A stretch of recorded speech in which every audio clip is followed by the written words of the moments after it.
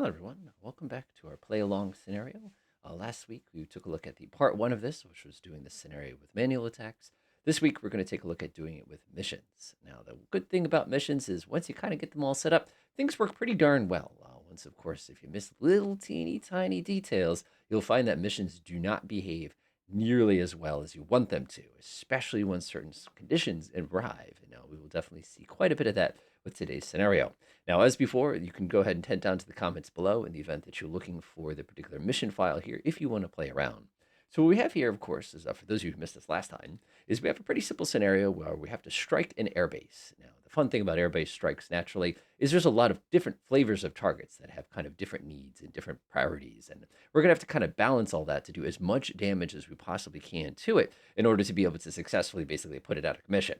Now, what I have here is a MiG-21, and like I said, if you followed around last time, if you've already seen this poor plane, last time I ran this one, of course, it got shot down by some AAA, but that, that's one of the dangers of scouting. What we're doing here is we're basically getting an idea of what the enemy targets are going to look like, so we have a really, really good idea of what we're going to be dealing with here. I'll go ahead and slow my time down a little bit so you can kind of see us make this really, really high-speed pass. And I did order it up to afterburner, I thought. Chances are, no, I did not. All right, afterburner, go, go, go, go, go, go, go, go, go, go, go. So this poor airplane right now is going to get shot at a lot. Again, this is a pretty small airfield here, but we've already identified a mobile target. He's snapping some camera pictures as he's ripping over the runway here, just kind of seeing if there's anything interesting, and we're under fire. All right, that's what I was hoping for. One of the things I wanted to do here is I wanted to reveal the enemy AAA. In the real world, of course, you're hoping to be able to reveal the enemy AAA without getting shot at by it. So unfortunately for us, my MiG-21 almost became a victim of its own success here. So the cool thing is we've identified the enemy AAA. That's going to be really important for us later on. So I'm going to go ahead and order this guy to go back to base. You did a delightful job, MiG-21. Go ahead and head home. Now you've taken your pictures and you've identified the real threats, which is going to be these three AAA sites. Now, one of the things you always want to be thinking about whenever you're approaching any scenario is you always want to be thinking about the things that are going to complicate your choices. And our complications of choices today comes from the weather. Now, if I hold my mouse anywhere on the screen, you can see that we have these moderate clouds from 7,000 to 16,000 feet. That means anything that requires line of sight has to be less than 7,000 feet, which means laser-guided bombs, rockets, anything that doesn't have a GPS on it, basically. We're going to have to be able to see the thing we want to hit in order to reliably damage it. That's going to really limit our options as far as this scenario is going to be concerned. And you'll see exactly what I mean when we try it. Now, what I'd like to do here is I'd like to first of all set up our scenario. And to do my missions, I want to see what I have first.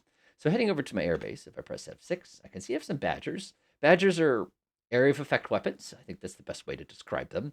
They do work on account of the fact that they do have quite a bit of ordnance. And they're really good at suppressing wide areas. They're not great at pinpoint targeting. We'd have to bring them down to like 8,000 feet to drop their bombs, and they'll get shot to pieces. We definitely don't want that. But they do a really good job for what I want them to do, which is basically suppress the area. The other thing we have, of course, is these great flounders. Now, flounders are pretty neat planes for those of you who have not seen one of these before. You can click on the blue text here. It's basically a strike plane. It's a pretty good sized strike plane, as you probably get the feel from just taking a look at this thing. And of course, scrolling down here, you can see we carry everything under the sun as far as explosives and everything like that. They also have really good range, which we don't really need for this scenario because we're only 100 nautical miles away. It's a quick flight. But one of the things you'll notice is they have laser-guided bombs. And LGBs are beautiful weapons. Obviously, they're very precise, but they have a limit where they can only be used at 12,000 feet or less. And on top of that, just to make things miserable for us, they, of course, are LGBs, which means we need to be under 7,000 feet because of the cloud coverage. You can start to see why this scenario gets very complicated very, very quickly. So the first thing we're going to need to do is use these bombers for the purposes of putting that AAA out of action. If we don't use the AAA, use these folks to basically put that AAA out, we're busted because that AAA will tear us apart because everybody else in the scenario is going to be operating within the lethal range of that AAA. That's a big thing to remember. Now, if we come down to our carrier fleet and I hit F6, you'll see we have a bunch of J-15s, which are really, really neat planes too. Yes, it looks an awful lot like a Sukhoi 33. Shh, nobody needs to know. Also, yes, I know my years aren't correct here, but I don't care. It's a tutorial. So coming down here, this is a great plane, but unfortunately, the carrier master decided to arm it with 122 millimeter rockets. For those of you not familiar with these rockets, they're pretty goofy. You have to be pretty darn close to the target to even hit it. And of course, their circular error probable, basically how precise they are, is 20 meters. So you hit within the neighborhood of the target. But the good news is each one of these planes is 20. So if you do the math real quickly, that's 240 122 millimeter rockets landed it. These are going to be for anything that's easy to hit. Obviously, we can't use these against AAA. We'd lose a lot of airplanes because we'd basically be hitting everything but the AAA. So let's go ahead and start putting our scenario together here. So coming down here, I've got myself all my targets, and I'm just interested in bang, bang, bang, those three right there. Now, there's so many different ways to do this. And different people who play this game do it different ways. Some people, what they'll do is they'll select each target individually, like I've just done there, and create one mission for it. Some people, what they'll do is they'll come in here and basically individual missions. Some people will basically do flak suppression with basically manually, which is honestly probably the best thing I always recommend. Flak suppression, in my opinion, is a very, very challenging task. For those of you who fly like DCS and stuff like that, you already know very well how challenging it can be to hit a very small target that can hit you very easily. But what we're going to do is we're actually going to do both situations. So I'm going to start my party by clicking on this group, 1, 2, 3.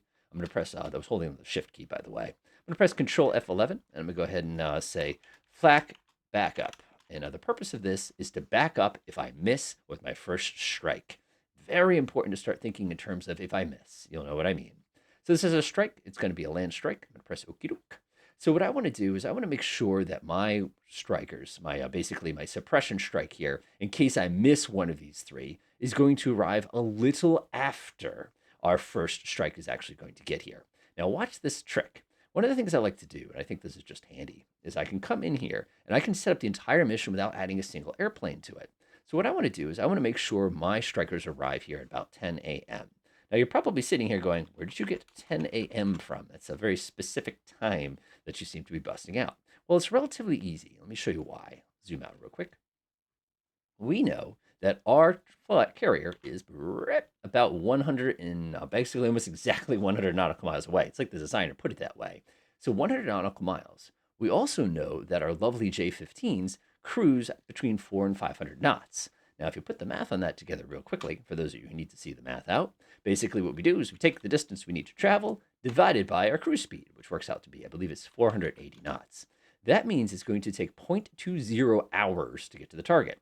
Now, if you multiply that by 60, you can see that it's 12 minutes and 50 seconds. Well, 12 minutes and 30 seconds, my apologies, to actually get to the target. Now, if you take a look at what time it is 9:35 Zulu. So 12 minutes plus that would be about 47 after, which gets us a 13-minute window. Now, you're saying, that seems kind of tight. Is that okay? Perfectly fine. Keep in mind, once aircraft get airborne, if you have like 1,000 of them, it's going to take them a while to get organized. But with individual aircraft, if I want them to be somewhere on time that's only 30 minutes away, they'll have no problem in the world doing it. So that's going to work perfectly for us. So I'm going to go ahead and press F11 again. I'll just go ahead and take a look at my options here, like I said. And I'm going to pre-build the mission rather than trying to basically, kind of sit here and fiddle with things. So what I have here is I have my mission settings. Everything's simple, but what I'm going to do is I'm going to reduce my flight size to 1. And the reason I want to do that here is I only need a single striker if I'm dealing with an LGB. Now, we're going to have a major problem in a minute. And I will, trust me, when I say it's a major problem, it's going to frustrate you too, because you'll miss it. So we're going to go ahead and now press my flight size to 1. I've got my 3 targets ready to go. I know this is hostile. They're shooting at us. I watched it. MCON WRA, the only thing I really want to do is go to General, and I want to make sure that my weapon state says use all of your weapons. We don't want them to waste weapons here. You can also come down here and set engage into Winchester just to double check.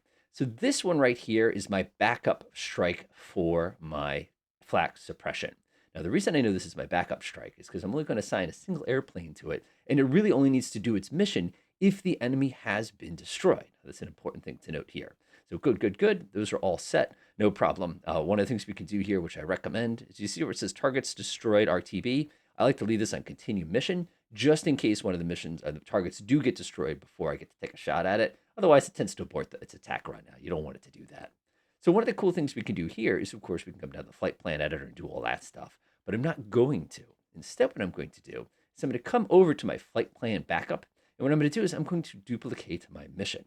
And what I'm going to do is I'm actually going to duplicate it several times. And the reason I want us to duplicate it several times is this is going to be each of the individual flak targets. So we did that. So watch this. So this one's going to be the AAA. Remove selected. We're going to call this AA37. So we'll call this AA37. Again, you can be very specific here.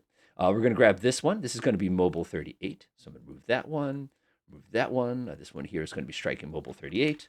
Mobile 38, just like that. And then, of course, our last buddy here, it's going to be pretty clear, is going to be striking our last one here, which is Nun 36.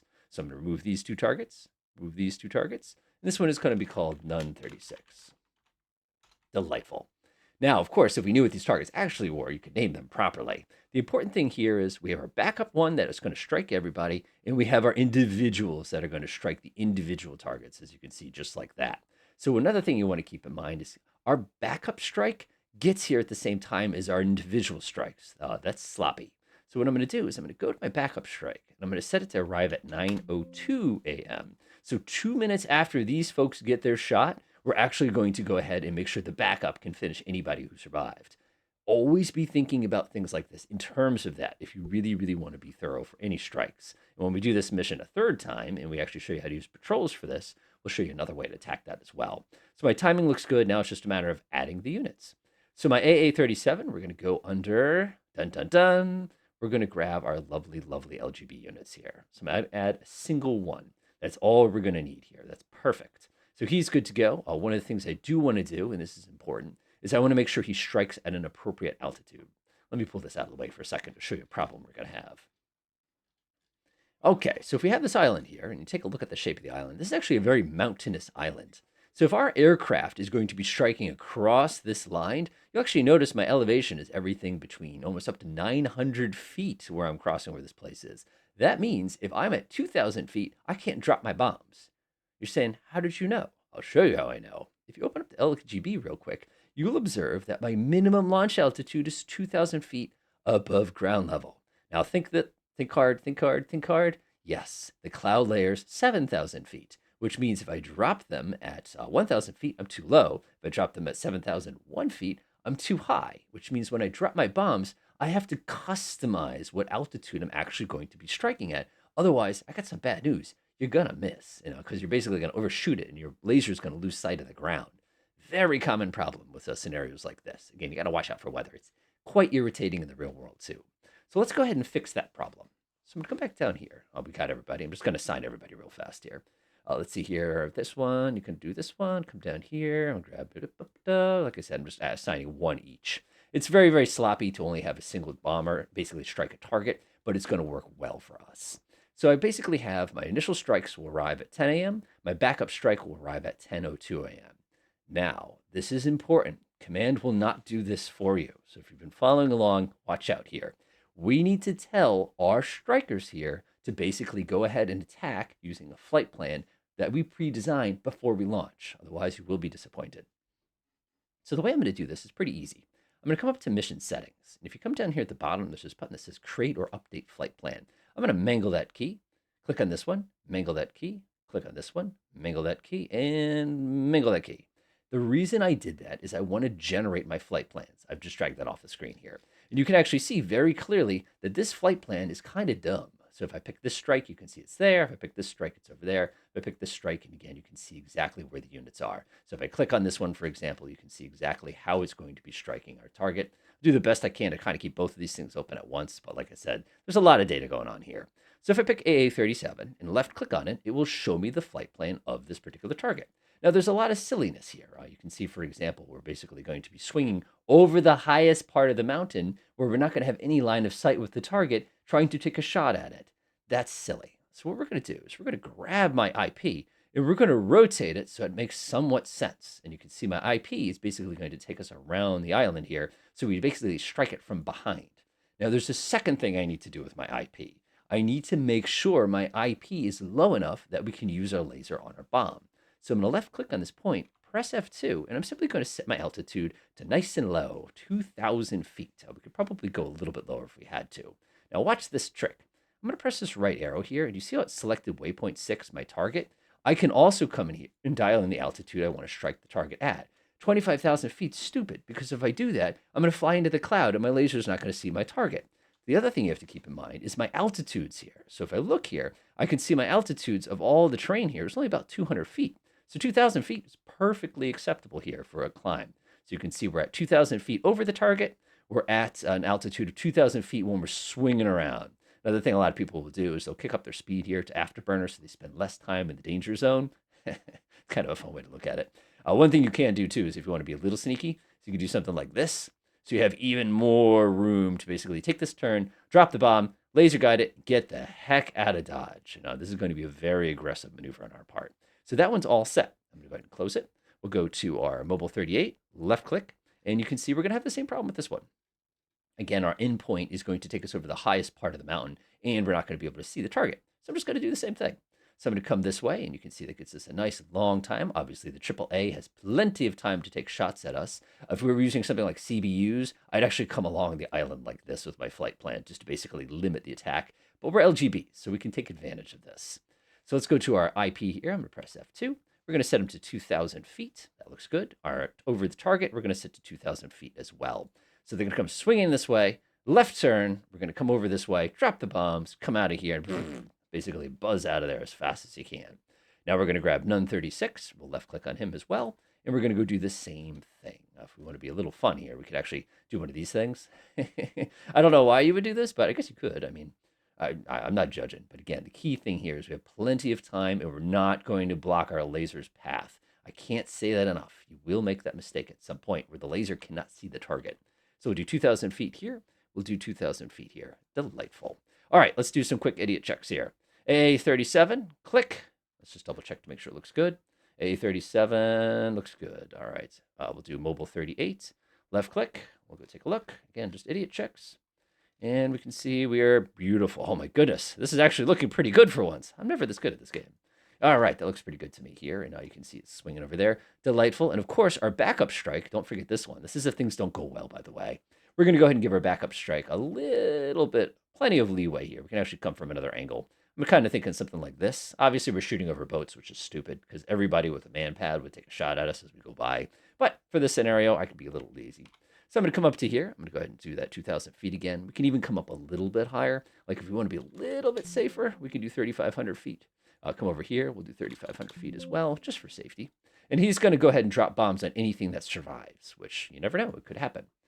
Beautiful. So I'm very happy with this. I'm going to go ahead and close this. This is really important, by the way. I'm going to go do a quick save as here. And I'm going to go ahead and save as, auto-save in case I mess this video up for the 50th time this week. Just because I want to see that this works before I plan the rest of my scenario. I know you all want to see me do like 60 missions and make sure it all works, but it's really important that we check to make sure we got every little piece right before we come by with the real bombers. All right, get going, folks. All right, let's see what happens this time.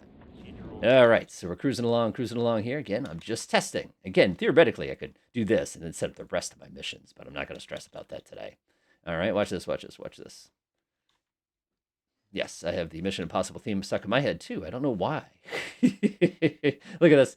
Through the clouds. He's taking his arc. Boop, boop, boop, boop, boop, boop, boop. Prepare to drop bombs. He's lining himself up at the target. Boop, boop, boop, boop, boop, boop, boop. There goes the bombs. Stellar one. Yes, you get all the sound effects today. Sorry. There he goes. Bam! Here comes the next group. Hey, look over there. Look over there. Look where? Look where? Hey, boss. What's that little thing coming right at us? Oh, no. Oh, eat it. Yeah, that's what I'm talking about. Delightful. So now what we're going to do is, you can see, obviously I was a little frustrated the last 50 times I did that. Okay, so we know that that works. And now we're ready to set up the rest of our bombing. Now that we know that that part works. So what we're going to do now is we're going to come in here to this airbase, and we're going to go shoot up the rest of it. Now that I know that strike works, I can press my F11 now, and it works. We know it works. We just watched it work. And yes, theoretically, one of our aircraft could have been shot down during that turn. What we really should have done is increase the speed or made them come from multiple directions to be a little bit safer. But the important thing is you understand that unless we put the bombs in their shooting envelope, you will never, ever, ever hit the target on the ground. I can't say that enough. All right, let's deal with everybody else. So first thing I want to do is I notice there's a bunch of tarmac space here, and I'm very, very excited to inconvenience this tarmac just a little bit with 122 millimeter explosive weapons. Now, the way I'm going to do that is I'm going to go ahead and select this group here, press Control F11, and we're going to attack tarmac. Attack tarmac. Delightful. I'm going to do a land strike here and press okie doke. And now you're saying, well, you said 122 millimeter weapons. You mean rockets?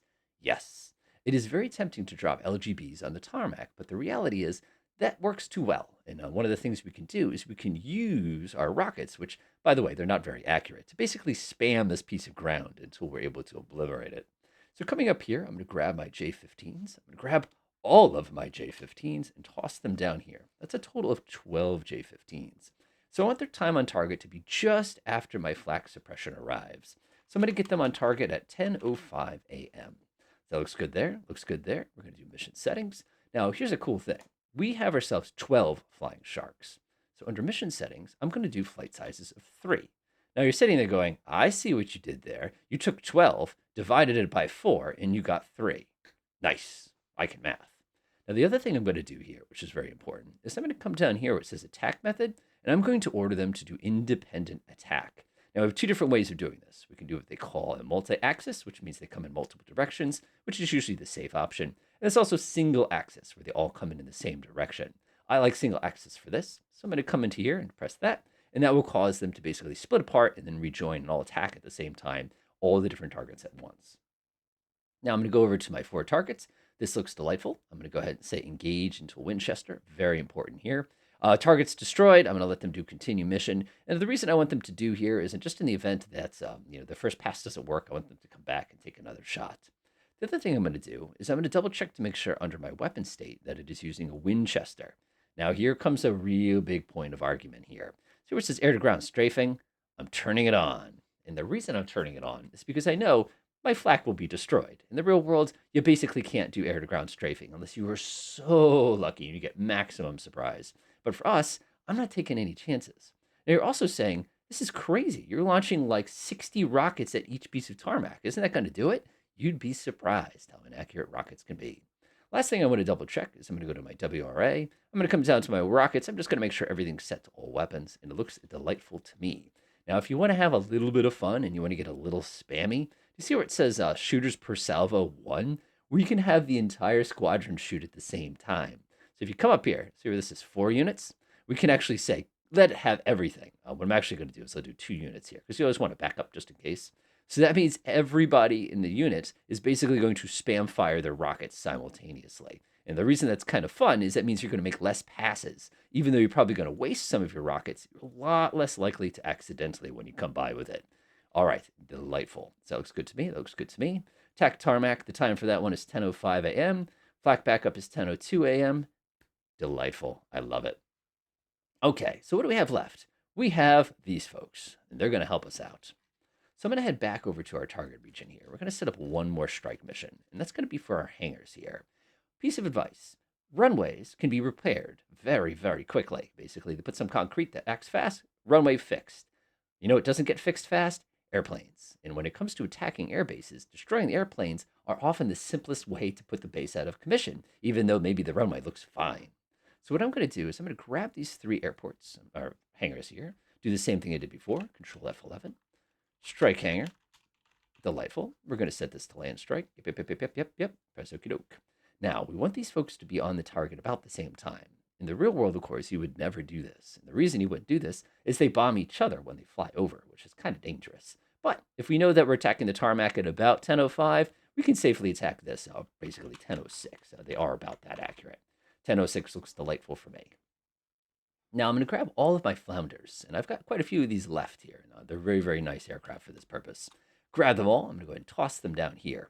Now, the math does not work. You will see I've got 30 targets, and I've got 8 flounders. Now, you're sitting here going, can't you just take 2 of those flounders and go drop bombs on something else? I completely agree with you. That's not a bad strategy. As a matter of fact, in the real world, what I would usually, well, not real world, usually what I would do is keep 2 in reserve and basically use them manually in case there's any freebie targets that I can use. But because this is a mission-based video, we're going to concentrate on using missions for it. So that looks good to me. I'm going to come over to mission settings. Way too big. We're going to do groups of 2. Groups of 2 because unfortunately, if you divide 8 by 3, you get a funky decimal. Not going to fight it today. So 2 works because it gets us 4 groups. Looks good, looks good, looks good. Stop. Attack method. We don't want them targeting one thing at a time. Instead, what I'm going to do is I'm going to have them do a independent aim. So they spread their attacks out all at the same time. Now all I have to do is check my targets. Delightful. We're going to engage into Winchester. I'm going to use those bombs up. Opportunity's fine. MCON, this looks good to me. But what we do want to do is we want to make sure they're using all of their bombs. Don't come back with any bombs they did not need. You can come in here and order them like double attacks and stuff. Now, we are in trouble a second time. Let me go ahead and zoom out real quick here. Do you remember that these bombers are going to try to drop their bombs at 12,000 feet? Do you also remember there's clouds at 7,000 feet? Sigh. Yes, that means you're going to have to manually create your flight plans here. So what I'm going to do is I'm going to go up to my setting. I'm going to save my game just in case I accidentally, because I'm really, really good for that. Strike hangar. I'm going to go ahead and come down to the bottom, click create or update flight plans. And there they are. Delightful. You can see here that they're basically going to do multiple passes. They have multiple split items. Everything is looking delightful here. And you can actually see the individual flight plans of the individual groups. The important thing for us is we have to design it so that when they come in, they're coming in at an altitude where their bombs can't see the ground. Otherwise, they will not strike. Can't say that enough. So let's grab Dragon 7-1 here. I'm just going to press the F2 key here. This is kind of handy. So what I can do is I can actually skip to the ingress point, skip all the way to the initial point, and set our altitude to a more comfortable altitude. 2,000 feet is going to be fine here. Obviously, we want to be a little bit higher if we were in a situation where we had a little bit of cloud cover, or not less cloud cover, I should say, but that works fine. So I'm going to go ahead and pull this down so you can see what I'm doing here. I'm going to click Ghost 3.5. Oop, helps if you click it. F2, and we're just going to go all the way to our initial point. We're going to set this down to 2,000 feet. 2,000 feet, delightful. Close that one. F2. We're going to go all the way to our initial point right there. We're going to go 2,000 feet. 2,000 feet. Yes, we could use 6,900 feet. But as I was saying earlier, as soon as they drop the bombs, they have a tendency to climb. When they do that, they lose sight of their targets, and that becomes worthless for us. All right, 2,000 feet and 2,000 feet. Now, I know you're thinking in the back of your mind going, can't you sit here and like fiddle with these lines and like make it really accurate? Sure, if you want to be here for another 45 minutes. But realistically, this is close enough for what we need it to be. Delightful. Let's go ahead and save again. Perfect. Now, the last thing we need to do is use our bombers. We have Badgers. Now, Badgers are kind of fun. Like I said, they're definitely area of effect weapons, and that's a good thing. So what I'm going to do is I'm going to go ahead and click on my enemy airport here, press Control F11, and say, let's get area bombing. That's the best way to describe it. I'll set this to a land strike. Press OK. Yeah, there we go. I told you there'd be a few missions. Nobody said this would be easy. So the last thing I'm going to do is grab my Badgers and toss them all in here. And one of the things I love doing with Badgers, or any area of effect bomber like B-17s or something, is I like to go to my mission settings, and I like to drop the size of the groups pretty small. You could use cells of 4 or cells of 3. And of course, I'm going to order them to go ahead and do an independent attack. Now, the reason this is going to be so much fun is bombers are fantastic flak suppressing units because of how wide of an attack they have. One thing I do want to do, though, is I go to 15 targets. I'm actually going to remove, by the way, left click and shift click. You can go remove all these at a time. I'm just going to target everything we did not shoot at here. And you can see there's plenty of good stuff to drop bombs on. And trust me, they will make a big mess of the place. Engage into Winchester. Oh, that looks pretty good to me. MCON WRA. All this is good. I'm just going to make sure that they use all of the bombs. Naturally, we're not going to attempt to do air-to-ground strafing with a bomber. We could try, but I wouldn't necessarily recommend that. That stuff's all good. That stuff's all good. That stuff's all good. That looks good to me. That looks good to me. Delightful. Now, what time do we drop the bombs? This is going to surprise you, but we're actually going to drop the bombs a little bit earlier than everybody else. 9:58 a.m. Now, you're sitting here going, I thought we had flak suppression units. Why don't you use those? Because the bombers will drop their bombs through clouds. It's a nice thing about being a bomber. Because of that, they have a chance of destroying one of the flak targets before my folks have to put themselves in danger's way. As a matter of fact, one of the more fun ways to solve this scenario is to use the bombers against the AAA. It doesn't seem like a good idea, but it works great. So I'm actually going to have them get there before everybody else gets there because they can't even be shot at, which is actually kind of cool. All right, let's go ahead and save our game. Save as, here we go. Always save whenever you do missions. There's always a 10% chance, more like 90% for me, that you forgot to set time of target, you forgot to split up a mission, you forgot to click add mission. Everything's delightful. Perfect. All right. Bum bum. Everybody ready for the moment of truth? Let's find out what happens. All right. Let the party begin. There goes my MiG-21. Everybody launches. And there they go. There they go. Of course, as you'll probably observe, the fact that our bombers have arrived after the fact that these folks, basically our flak suppression gets there first. Folks, we intentionally sent the bombers out first. Well, they were asking really nice. Did that guy just turn around? I swear I saw that guy just do a 180. I'm not going to worry about it. Either way, we know how the scenario is kind of rolled out. Here comes my flak suppression. Flak is suppressed. Here comes the party. Here comes the party. All right. We definitely want to watch the fireworks here. So we've destroyed all the flak. Success. So good job so far. Here comes our rocket crews first. You can see they're coming over, ripping across. A bunch of fishing boats are like, did we just get passed by a Sukhoi 33? But as you'll observe as they come down here, I'll click somewhere where we can see the party. You will notice that they are going nuts with all these rockets. Bang, bang, boom, boom, bang. And it's doing basically nothing. Welcome to rockets, everybody. So here comes the next group. You can see they're swinging directly out of the east there. Here they come. Oh, look at that, look at that, look at that, look at that, look at that. Nice, nice. Get out of here. All right. Meanwhile, guess who else joins the fun? Laser-guided bombs. Uh-oh. Hate it when that happens. Keep in mind, we are in the beta version, so that kind of stuff happens all the time. This is relaxing. I can just sit here and just sort of enjoy my little Saturday morning watching some fireworks. If you want to have a little extra fun, of course, you can always bring up TAC View if you happen to have it handy. Go ahead and zoom in there. We'll pick you. I choose you. Yermo. That looks good to me. I have to pause on pause to kind of get it all. There we go. Delightful. Okay, let's watch some fireworks here. Unpause. I recorded. I'm working too fast. There's too many units. I'm not going to worry about it. All right, we'll let them do some more bombing. So you... Oh, fuses. 3 minutes later. All right, so our strike is complete. Everybody's done a delightful job. They're heading home. I think... Remember this guy from before? That was our AAA suppressing unit there, and I can actually just order him to turn right around. We did a delightful job. Go home. So when that's all taken care of, one thing I always recommend whenever you're doing missions is always mangle the F11 key and start deleting things. Actually, interestingly enough, our bombers never launched, which is very interesting. That's okay. I'm actually just going to let them attack now because I can't imagine our bombers not launching here. I did mention autosave, didn't I? All right, here comes the bombers. Oh, we can't forget about these guys. Apparently, the reason it did that was on account of the fact... Oh, there's my bombers. Delightful. And now you can see, like I was mentioning before, that our bombers are very much area of effect weapons. What I needed to do, and this was my bad, is I needed to have them get in the air a little bit later, only on account of the fact they couldn't get to the target in time. So that's why they did not launch. They basically didn't have time to launch, and that's why they didn't do it. All right, let's go ahead and take a look at how we did. We'll go up to our game, losses and expenditures. Holy smokes. Wow. We got all of the AAA. We got all their hangars. We got all their airplanes. We even got the control tower. Let's see. We got all their vehicles. We got all of their aircraft. We lost a single flying shark. I imagine that one probably got nailed a while ago. That's unfortunate. And you can see our expenditures were actually complete. We did not fire 240 of those rockets. We actually fired significantly less. This was a resounding success. If we go to my scoring here, you can see my required score is 220. I got a score of 350. I crushed the scenario with a mission.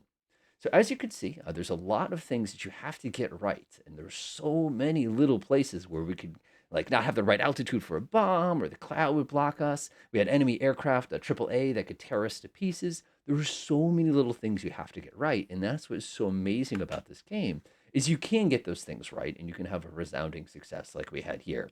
The loss of the J-15 was unfortunate. He'll probably be a POW until the end of this war, especially if it was AAA. We could actually go back over the message log and try to find where he actually got nailed here. Oh, here we go. Oh, you ran out of fuel. Oh, he ran out of gas. Interesting. So I did even better than I thought I did, but some dope did not come back home when he was low on fuel. Next time what we'll do is we'll take a look at how to do this mission in a very different way using a patrol. Enjoy.